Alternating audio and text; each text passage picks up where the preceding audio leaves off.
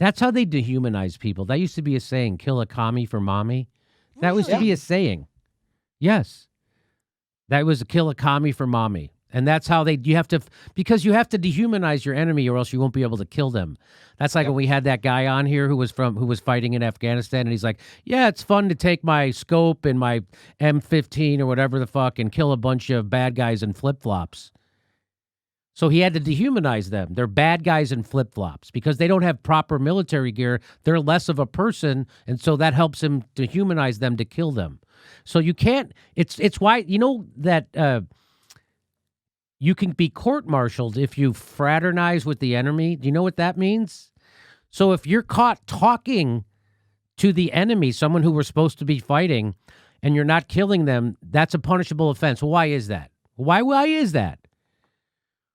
Because if a guy shows you a picture of his kids, you probably can't kill him afterwards. It's going to be a lot harder for you to kill that guy once he's been humanized. Oh, wait, you've got kids? I got kids. You got a wife? Fuck, you got a mortgage? I got a fucking mortgage. You got a shitty job? I got a fucking, wait a minute. Who are we fighting? They can't have that happen. That's why it's called you can't fraternize with your enemies or else you'll get court-martialed. And that's what they're doing inside the bounds of the United States right now. They're saying that you can't talk to this person. You can't talk to a right-winger. You can't talk to a Trump voter. You can't talk to a Second Amendment person. You can't talk to anybody, even if they agree with you, because that's not how organizing works. You know how organizing works? If you want to organize workers, you don't show up at the shop floor and go, hey, where are all the Trump voters? All right, you're out. Where are all the Boogaloo boys? You're out. Where are all the Proud Boys? You're out. Where are all the racists? You're out. Where are all the Second Amendment nuts? You're out. Now who's left over? We're going to organize against the man. That's not how it works. You show up. Here's where we all have a common goal. We all need a raise from our boss. We all need to be unified in a raise for our boss. You don't ask people who they voted for. You don't ask them their fucking political beliefs. You rally people around a cause. That's how you organize people. You don't show up at the shop floor. All the Trump voters, you're out. Who's racist? You're out. Who's Second Amendment? You're out. Libertarians, I'm not flirting with you. You're out. Who's out? Now who's left? Nobody. That's who's left. And so that's what they're doing now in the United States. They want to make it toxic. They want to make you afraid to fraternize with other Americans because it helps their political agenda. That's the Democratic Party. The Democratic Party wants you to keep thinking half the country is your enemy because they're not going to do a fucking thing for you. That's a distraction. Why isn't the squad screaming about Joe Biden not giving us $2,000 checks? Because they've already sold you out for their own career.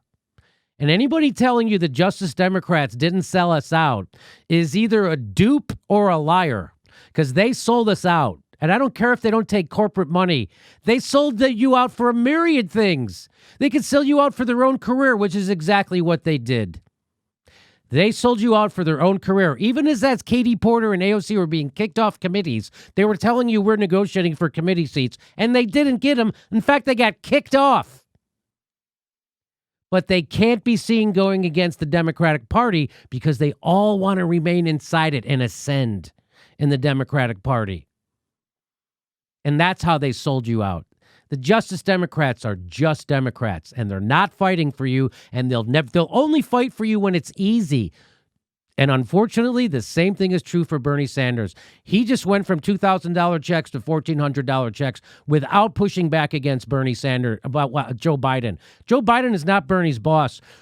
We sent Bernie there to fight the Democratic Party, to fight neoliberals, not to prop them up, lie for them, and run interference for them. And that's what they're doing.